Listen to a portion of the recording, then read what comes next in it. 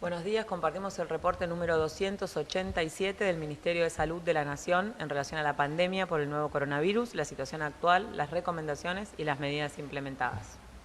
6.792 los casos confirmados de coronavirus en la República Argentina en la jornada de ayer, el 84% de los diagnósticos con residencia en el área metropolitana de Buenos Aires.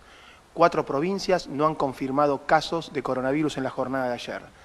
213.535 son los casos confirmados en total en nuestro territorio en el transcurso de la pandemia, 13 de los cuales se encuentran en nuestras Islas Malvinas. La tasa de incidencia es de 471 casos cada 100.000 habitantes. 40 años es la edad promedio de los casos confirmados y el 7,1% de los casos confirmados son trabajadores de la salud. 4.009 las personas fallecidas por coronavirus. Hasta la fecha, en el país, la tasa de letalidad es del 1,9% y la tasa de mortalidad específica por coronavirus es de 88 personas por cada millón de habitantes.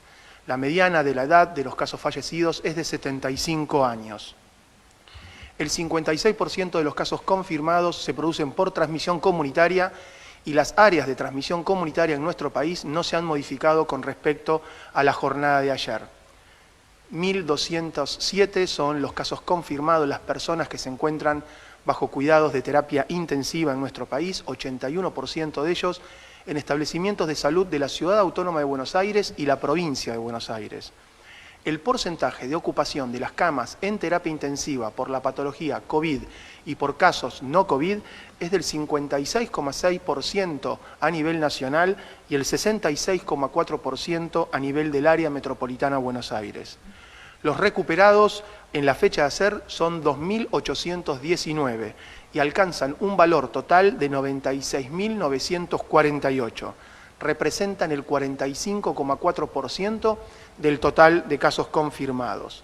Se han descartado 442.881 casos, el 99,8% a través de test de laboratorio, y se han realizado en total, en lo que va de la pandemia, 777.278 PCR. Los test del día efectuados ayer son 16.532 y la cantidad de test por millón de habitantes en el país es de 17.129. El porcentaje de positividad promedio del total de test realizados actualmente es del 32,58%. A nivel internacional observamos 18.142.000 casos confirmados, 219.800 en la jornada de ayer. América como continente representa el 53,7% del total de casos, con un valor absoluto de 9.741.000 personas afectadas por coronavirus en nuestro continente. 111.129 fueron diagnosticados en la jornada de ayer. Argentina a nivel continental representa el 2,1% de los casos confirmados, Brasil el 28,1% y Estados Unidos el 47,7%. La cantidad de fallecidos a nivel global por coronavirus es de 691.000 personas y a nivel americano 365.334 personas, con una tasa de letalidad global del 3,8% y a nivel americano del 3,7%. Cuando analizamos los nuevos casos en el día de ayer, 6.792, vemos que el 84% corresponde al AMBA y están aportando un número importante de casos diferentes provincias. El 3,9% es Jujuy, con 269 casos confirmados, reportados en el día de ayer. Río Negro 2,9, 197 casos. Córdoba 2,2, 147 casos. Y la provincia de Mendoza el 1,5% del total de los nuevos casos confirmados en el día de ayer, 106 casos. Fíjense que de los 6.792, 1.085 no corresponden a AMBA, esa proporción de nuevos casos que tenía la mayor relevancia o predominancia el AMBA, en este momento se está viendo un aumento del número de casos en forma sostenida, que ya dejan de ser brotes por conglomerados en el resto del país. Lo mismo sucede con la ocupación de las camas de terapia intensiva en relación a las personas que tienen SARS-CoV-2. SARS-CoV-2 confirmado, es a 1.207, el 81% corresponde al AMBA, 3.5% corresponde a Mendoza, son 42 personas que están internadas en unidad de terapia intensiva, Río Negro tiene 42 personas, es el 3.5%, Jujuy tiene 30 personas internadas en unidad de terapia intensiva, es el 2.5%. Y ese porcentaje de positividad promedio desde el inicio de la pandemia de 32.58, en el día de ayer fue 47.6, en Cava 45, en la región metropolitana de la provincia de Buenos Aires 52.5, en el resto del país 40.3, a expensas de Jujuy, que tiene 47.4, Mendoza 41.7, Salta 43% y Santa Cruz 72%. Estamos trabajando fuertemente con las jurisdicciones para fortalecer todas las estrategias de detección y control de la transmisión viral. En relación al resto de los datos epidemiológicos, no tenemos provincias que no han confirmado casos en los últimos 14 días, solamente 4 provincias en el día de ayer no confirmaron casos y la letalidad sigue en el 1.9%, se mantiene estable entre el 1.8 y 1.9%. Es muy importante comentar que en el día de ayer el ministro de Salud convocó a los ministros de Salud de las provincias para trabajar fuertemente en esta situación epidemiológica, para transmitir el espíritu y compartir las reflexiones en relación a esta recomendación de restringir las reuniones sociales en todo el país, independientemente si están en DISPO o en ASPO, justamente por esta situación que se está describiendo y que se está observando a nivel nacional en relación al aumento sostenido de casos allí donde no había y no se controlaron los brotes por conglomerado y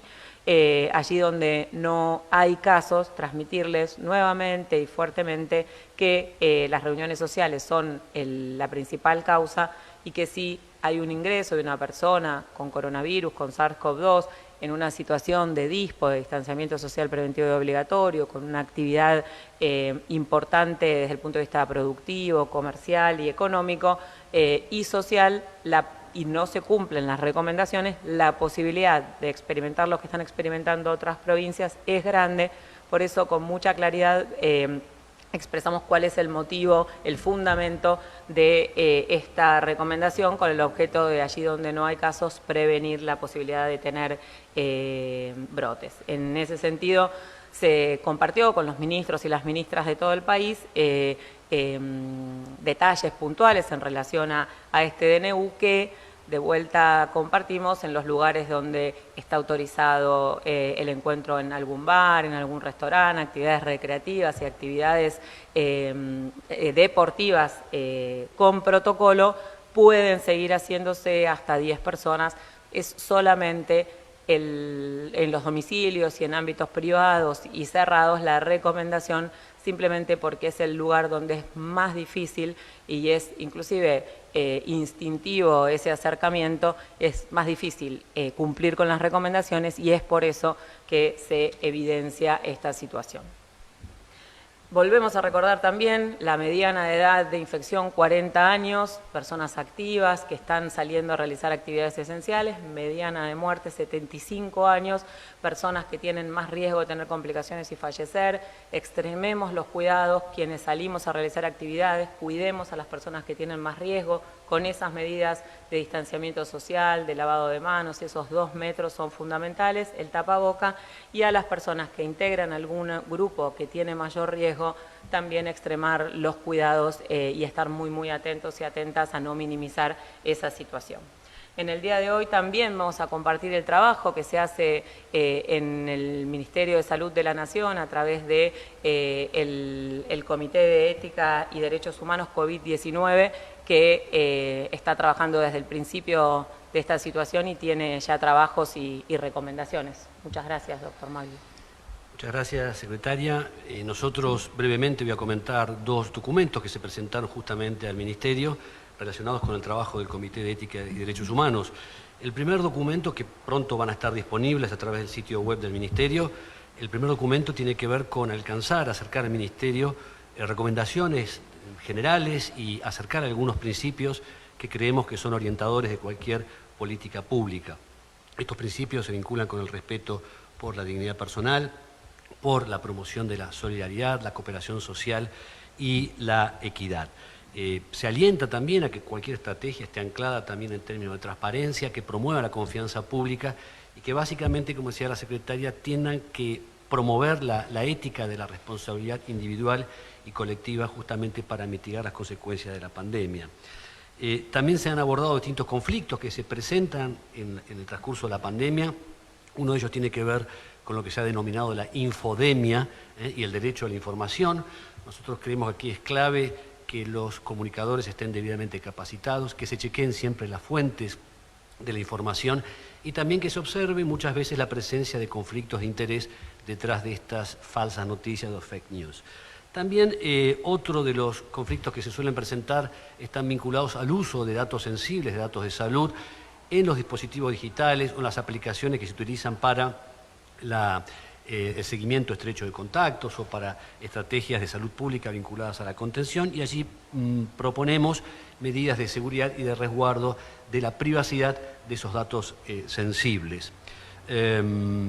Finalmente, en este primer documento, el comité ha dado distintas recomendaciones en cuanto a grupos que se consideran especialmente vulnerados y susceptibles a la pandemia.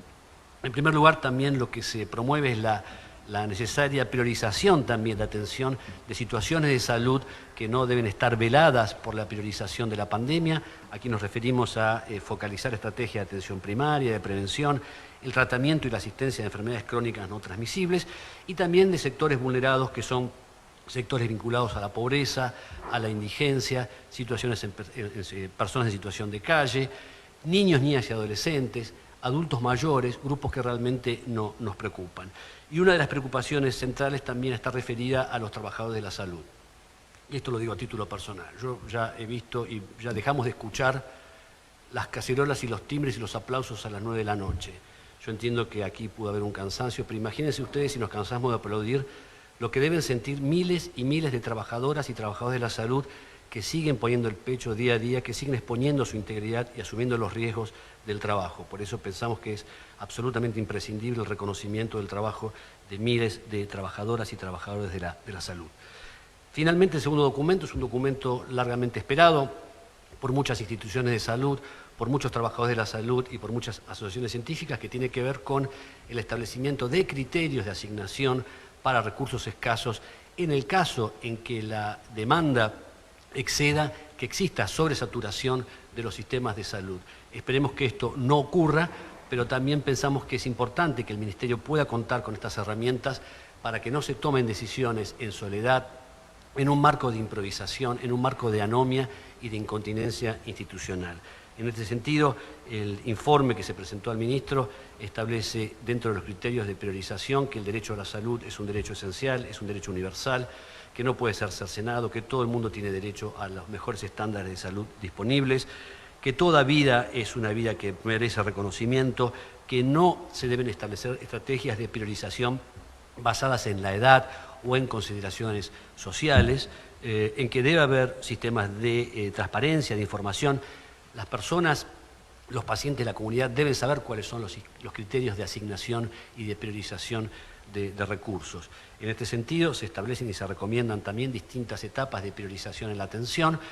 Se estimula el funcionamiento coordinado y armónico en un sistema nacional integrado de acceso a unidades de cuidados intensivos y también finalmente se establece la necesidad de que un grupo de profesionales, líderes, sean los que tomen la decisión. Estos se denominan equipos de asignación o equipos de triage, independientemente de las personas que asisten a los pacientes. También se promueve la participación de los comités de ética o los comités de bioética institucionales u hospitalarios. Este es un rol esencial. Y finalmente, algo también que preocupa mucho, que es la forma en que las personas lamentablemente están muriendo. Tenemos mucha cantidad de pacientes, como se ha establecido recién ahora, que están falleciendo, y hay una cuestión ética central, que es que tenemos que evitar muertes que se provocan en soledad. En este sentido, nosotros promovemos la posibilidad de armonizar criterios de bioseguridad, de control de infecciones, con la necesidad de que la gente no se muera sola. Tenemos en cuenta y sabemos que el derecho a la despedida y el derecho al adiós son elementos esenciales de lo que denominamos la posibilidad de morir con dignidad. Muchas gracias. Muchas gracias, muchas gracias. Adherimos desde el Ministerio, desde lo personal, a las recomendaciones y a las palabras del doctor Maglio. Le agradecemos al Comité de Ética y Derechos Humanos y extendemos ese agradecimiento y reconocimiento al Comité de Expertos del Ministro de Salud y del Presidente, profesionales con una formación importante y que dedican esfuerzo y compromiso para acompañar a la cartera sanitaria en las decisiones y en las recomendaciones y en ese consenso que es tan importante. Trabajemos todos los días para que nunca necesitemos tomar esas decisiones en relación a la responsabilidad individual, al impacto que tiene esa responsabilidad individual en la salud colectiva. Sigamos trabajando para nunca tener que tomar estas decisiones. Muchas gracias.